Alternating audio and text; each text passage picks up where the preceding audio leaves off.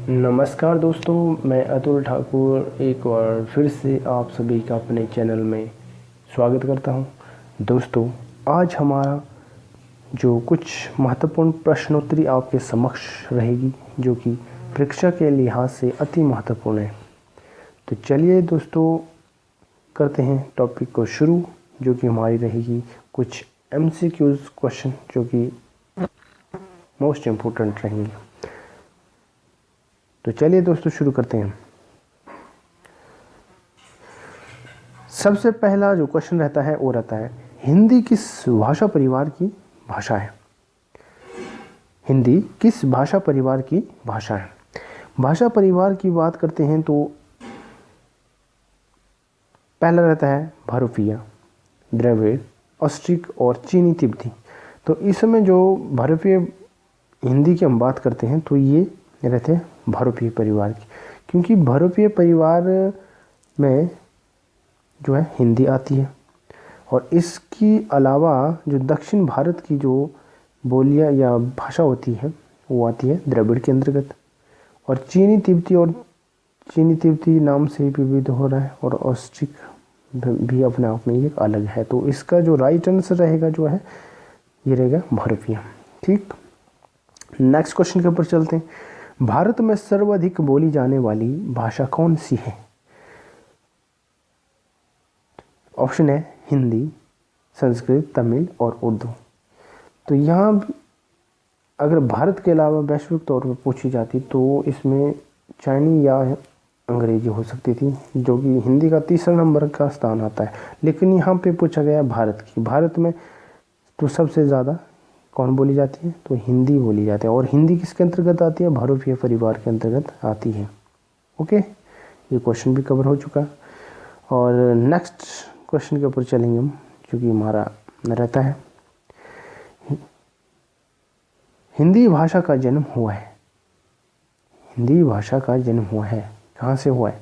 अपभ्रंश से, लौकिक संस्कृत से, पाली से, पाली प्रकृति से और वैदिक संस्कृत से। तीसरा क्वेश्चन है, तीसरे का कौन सा आंसर आएगा? तीसरे क्वेश्चन का जो राइट आंसर रहता है वो रहता है हमारा ए, यानी कि अपभ्रंश इसका जो है राइट आंसर रहता है। हिंदी भाषा का जन्म हुआ है, कहाँ से हुआ है? अपभ्रंश से हुआ है। नेक्स्ट क्वेश्चन के ऊपर चलते हैं, जो कि हमारा रहता है, निम्नलिखित में से कौन सी बोली अथवा भाषा हिंदी के अंतर्गत नहीं आती? हिंदी के अंतर्गत कौन कौन नहीं आती? जैसे कि पहले भी आपको बताया था कि हिंदी के अंतर्गत जो है भरूफीय परिवार के अंतर्गत हिंदी भाषा आती है। और जिसमें कि उत्तर भारत की हम भाषा की बात करते हैं तो उसमें भरूफीय परिवार आता है, और जबकि दक्षिण भारत की बात करते हैं तो द्रविड़ आता है। और द्रविड़ में आता है हमारा तेलुगु, और तेलुगु अपने आप में एक अलग हो गया। और यहाँ पे पूछा गया है कौन सी बोली अथवा भाषा हिंदी के अंतर्गत जो है नहीं आती। तो हिंदी के अंतर्गत नहीं आती है तो जाहिर सी बात है तेलुगु हिंदी के अंतर्गत नहीं आती। ओके, तो नेक्स्ट क्वेश्चन की हम बात करते हैं, हिंदी की विशिष्ट बोली ब्रजभाषा किस रूप में सबसे अधिक प्रसिद्ध है? ब्रजभाषा की बात करते हैं तो ना तो ये राज्य भाषा में हो सकती है, ना तकनीकी में हो सकती है, ना राष्ट्रभाषा में हो सकती है। तो ये किस में होगी? इसका राइट आंसर रहता है ब्रज भाषा काव्य भाषा में। काव्यों में ये जो प्रयोग में लाई जाती है ज़्यादातर, तो इसलिए इसमें काव्य भाषा ही हम इसको बोलेंगे। तो राइट आंसर रहता है हमारा डी। नेक्स्ट क्वेश्चन के ऊपर चलते हैं, भारतवर्ष में हिंदी को आप किस वर्ग में रखेंगे? ऑप्शन है राजभाषा, राष्ट्रभाषा, विभाषा, तकनीकी भाषा। तो यहाँ पे तकनीकी भाषा तो नहीं है, ठीक, विभाषा भी नहीं आएगा, तो राष्ट्रभाषा आएगा या राजभाषा आएगा? भारतवर्ष में हिंदी को आप किस वर्ग में रखेंगे? हिंदी, तो राजभाषा भी नहीं आएगा, तो राइट आंसर आएगा राष्ट्रभाषा। तो क्वेश्चन नंबर 6 है, सिक्स्थ का क्या था? ए, सिक्स्थ का ए था, ओ सॉरी, इसमें राजभाषा ही होगा, राजभाषा। भारतवर्ष में हिंदी को आप किस वर्ग में रखेंगे? राजभाषा के अंतर्गत हम इसे रखेंगे। नेक्स्ट क्वेश्चन के ऊपर चलते हम, जो कि हमारा रहता है, डुंडानी बोली है। डुंडानी बोली, पहले सबसे पहले बात करते हैं डुंडानी किसके अंतर्गत आती है। तो डुंडानी आती है राजस्थानी जो है के अंतर्गत। और राजस्थानी की कितनी शाखा है? 4 है, जो पूर्व, पश्चिम, उत्तर, दक्षिण। तो इनमें से राइट आंसर कौन होगा? तो राइट आंसर रहेगा इसमें पूर्वी राजस्थान की इसका सही उत्तर होगा। नेक्स्ट क्वेश्चन के ऊपर चलते हैं, जो कि हमारा रहता है ब्रजबुली जो है नाम से जानी जाती है। किसको बोला जाता है ब्रजबुली नाम से? पंजाबी तो नहीं बोला जा सकता, पंजाबी अपने आप में अलग है, मराठी भी अपने आप में अलग है, द्रविड़ में आएगा, और गुजराती भी इसका गलत है। तो राइट आंसर आता है इसका जो पुरानी बांग्ला। पुरानी बांग्ला को ब्रजबुली कहा जाता है। ओके, नेक्स्ट क्वेश्चन के ऊपर चलेंगे हम, जो कि हमारा रहता है निम्नलिखित में से कौन सी भाषा देवनागरी लिपि में लिखी जाती है? तो देवनागरी लिपि में जो लिखी जाती है, कौन लिखी जाती है? गुजराती, उड़िया, मराठी, सिंधी।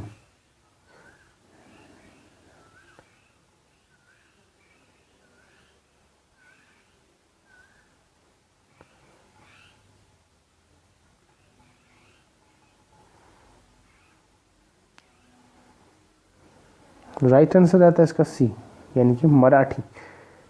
मराठी को हम देवनागरी लिपि के अंतर्गत लेते हैं, और इसलिए इसका जो है सही उत्तर मराठी होगा। और मराठी की बात करते हैं हम तो कहाँ बोली जाती है? महाराष्ट्र में ही बोली जाती है। नेक्स्ट क्वेश्चन, एक मनही के दुई बेटबे रहीन, ओह माँ लहूरा अपने बाप से कहिस दादा, धन माँ जवन हमर बखरा लागत होए, तबन हमका दायदा। तो ये किसका के अंतर्गत आता है? भाषा के अंतर्गत। तो इसका जो राइट आंसर की हम बात करते हैं तो ये रहेगा हमारा अवधी भाषा के अंतर्गत ये जो रहता है। नेक्स्ट क्वेश्चन के ऊपर चलते हैं, जो कि हमारा रहता है 11वां क्वेश्चन, निम्नलिखित में कौन सी भाषा संस्कृत भाषा की अपभ्रंश है? तो संस्कृत भाषा के अपभ्रंश की सीधी सी हम बात करते हैं तो खड़ी बोली, ये तो नहीं आने वाला। ब्रज भाषा, ये भी नहीं आने वाला, क्योंकि पश्चिम ये पूर्वी हिंदी के अंतर्गत, पश्चिम हिंदी के अंतर्गत आता है ये। और अवधी पूर्वी हिंदी के अंतर्गत आता है, तो ये भी गलत हो गया। यहाँ क्या क्वेश्चन पूछा गया? निम्नलिखित में से कौन सी भाषा संस्कृत भाषा की अपभ्रंश है? तो अपभ्रंश की हम बात करते हैं तो ये आएगा हमारा पाली। सीधा सा क्वेश्चन जो है राइट है पाली भाषा, क्योंकि सबसे पहले आती है हमारी संस्कृत, संस्कृत के बाद आती है इसका टूट कर ये पाली, पाली के बाद प्रकृति, और प्रकृति के बाद अपभ्रंश। इस तरह से इसका जो है क्या हुआ? अपभ्रंश रूप बिखरता है। तो ये इसका सही उत्तर है। नेक्स्ट क्वेश्चन के ऊपर चलते हैं, कौन सा? 11 क्वेश्चन हमारे कवर हो चुके हैं, और 12वां क्वेश्चन की और हम एंटर कर रहे हैं। तो पहला क्वेश्चन है 12वां, यहाँ पे अधिकतर भारतीय भाषाओं का विकास किस लिपि में या किस लिपि से हुआ है? 12वें परिवार का भारतीय भाषाओं का विकास की बात करते हैं तो इसका जो राइट आंसर रहता है वो रहता है ब्राह्मी लिपि से होता है। किससे होता है? ब्राह्मी लिपि से होता है। नेक्स्ट क्वेश्चन के ऊपर चलते हैं, जो कि हमारा रहता है हिंदी भाषा किस लिपि में लिखी जाती है? तो लिपि की हम बात करते हैं गुरुमुखी में, पंजाबी आती है, ये गलत हो गया। ब्राह्मी तो इसका होगा नहीं, ये भी गलत हो गया। और सौराष्ट्री भी गलत है इसका। तो इसमें जो एक ही राइट आंसर बचता है जो है देवनागरी। देवनागरी हिंदी भाषा को हम किस लिपि में लिखते हैं? देवनागरी लिपि में लिखते हैं। और लिपि क्या होती है? लिपि होती है वो चिन्हों के रूप में हम जिसे लिखते हैं, चिन्ह भी कह सकते हैं हम। तो नेक्स्ट क्वेश्चन के ऊपर चलते हैं, वर्तमान हिंदी का प्रचलित रूप है। वर्तमान हिंदी का प्रचलित रूप कौन है? तो ये रहता है हमारा प्रचलित रूप खड़ी बोली। क्या रहता है? खड़ी बोली। नेक्स्ट क्वेश्चन के ऊपर चलते हैं यार,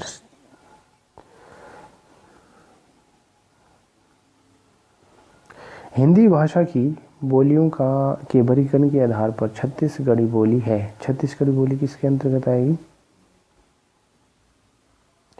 छत्तीसगढ़ी बोली आएगी हमारी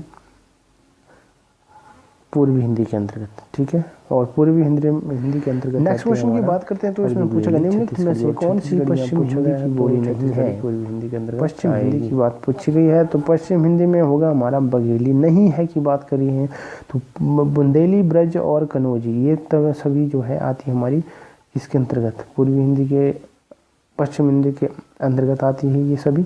और जबकि नहीं आती है तो ये नहीं आती हमारी बघेली, तो बघेली इसका राइट आंसर होगा, ठीक है। नेक्स्ट क्वेश्चन के ऊपर चलते हैं जो हमारा रहता है भारतीय संविधान में किन अनुच्छेदों में राजभाषा संबंधी प्रावधानों का उल्लेख है। प्रावधान किए गए राजभाषा से संबंधित जो है कितने कितने अनुच्छेद के तहत, तो ये राइट आंसर आता है इसका 343 से लेकर 351 तक जो है, ये 51 तक जो है इसका प्रावधान किया गया है संविधान की राजभाषा संबंधी प्रावधानों में। ओके, नेक्स्ट क्वेश्चन के ऊपर चलते हैं जो कि हमारा रहता है दक्षिण भारत हिंदी प्रचार सभा का मुख्यालय कहाँ पर स्थित है। दक्षिण भारत, और दक्षिण भारत में बोली जाती है द्रविड़, जैसे पहले भी बोला था। और इसका मुख्यालय की हम बात करते हैं, इसका हिंदी के प्रचार का सभा का जो मुख्यालय है तो ये है चेन्नई में। और चेन्नई जो है दक्षिण भारत में जो है काफ़ी पॉपुलर ये है किसके लिए, हिंदी प्रचार सभा के लिए। नेक्स्ट क्वेश्चन, हिंदी भाषा के विकास का सही अनुक्रम कौन सा है। अनुक्रम की हम बात करते हैं तो इसमें सबसे पहले आता है हमारा, कौन आता है,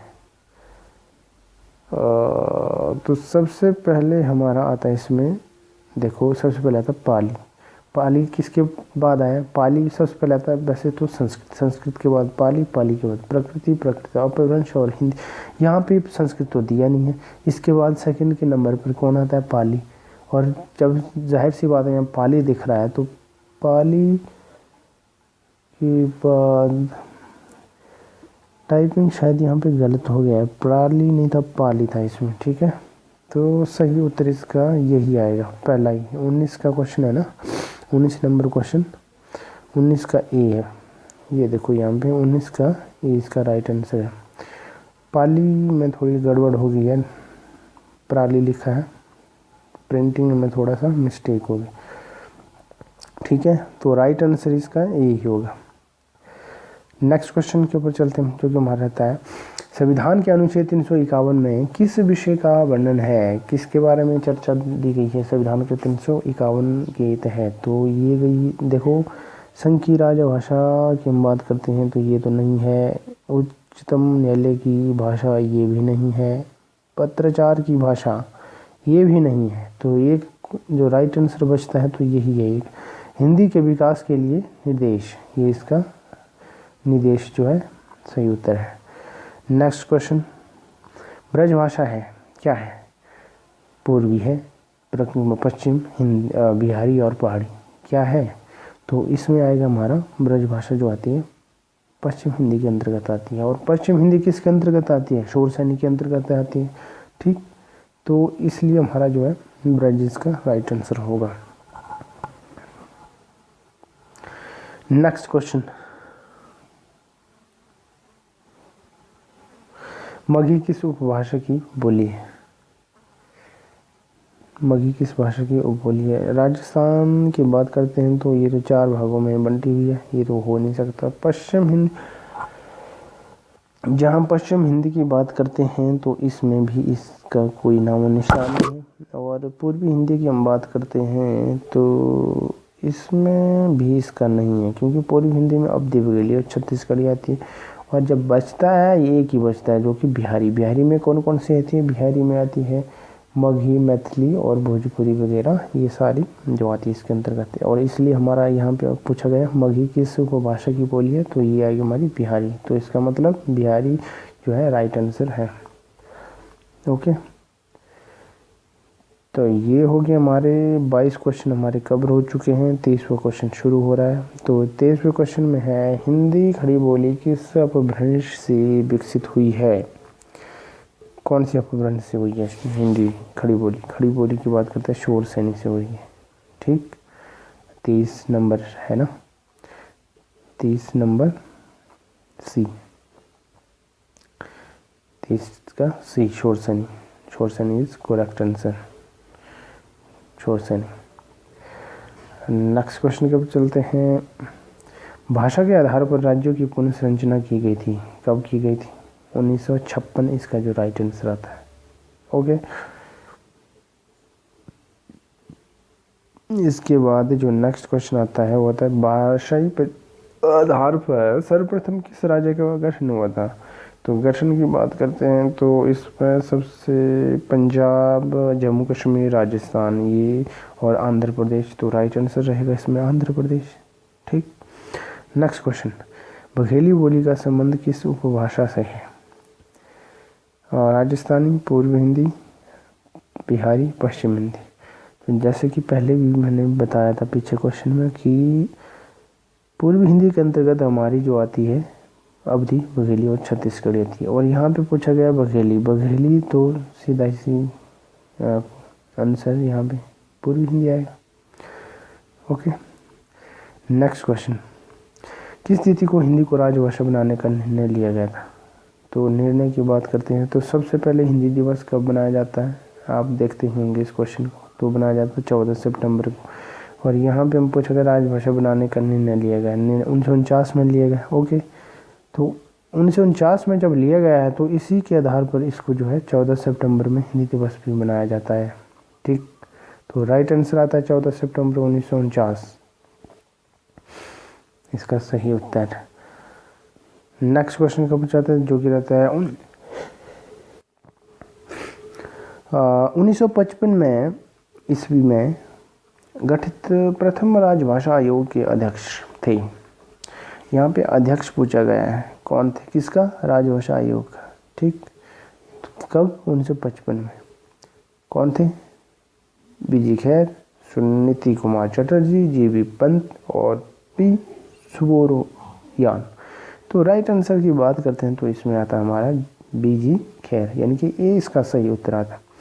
नेक्स्ट क्वेश्चन के ऊपर चलते हैं जो कि हमारा देख सकते हैं आप कि भारतीय संविधान की 8वीं अनुसूची में शामिल भाषाओं की संख्या है। 8वीं अनुसूची में किसका प्रावधान है? भाषाओं का। और भाषाएं कितनी हैं इसके अंतर्गत जो कि रखी गई है? तो ये है 22 भाषा का प्रावधान है। 29 क्वेश्चन हमारे कवर हो चुके हैं। ठीक, अब चलते हैं हम 30वें क्वेश्चन की ओर जो कि हमारा रहता है हिंदी की आदि जननी है। हिंदी की आदि जननी है कौन है? संस्कृत है, पाली है, प्रकृति है, ब्रज है। तो देखो सबसे पहले आदि जननी होती है, आदि जननी वो होती है जो कि सबसे पहले जिसका जन्म होता है भाषा का, उससे पहले किसी का भी नहीं होता। यानी कि भाषाओं में सबसे पहली या आदि का मतलब सबसे पुरानी, तो ये इसमें संस्कृत है। जैसे कि पहले भी बताया था संस्कृत के बाद पाली के बाद प्रकृति तो अपभ्रंश। तो इस तरह से एक जो है भाषा का विकास हुआ था, तो इसलिए संस्कृत जो सबसे पहले आ गई। ओके, नेक्स्ट क्वेश्चन, 8वां विश्व हिंदी सम्मेलन जो हुआ था वो कहाँ पे हुआ था? कितने ये देखो वर्ल्ड हिंदी कॉन्फ्रेंस में भी आया था 2007 में ये, और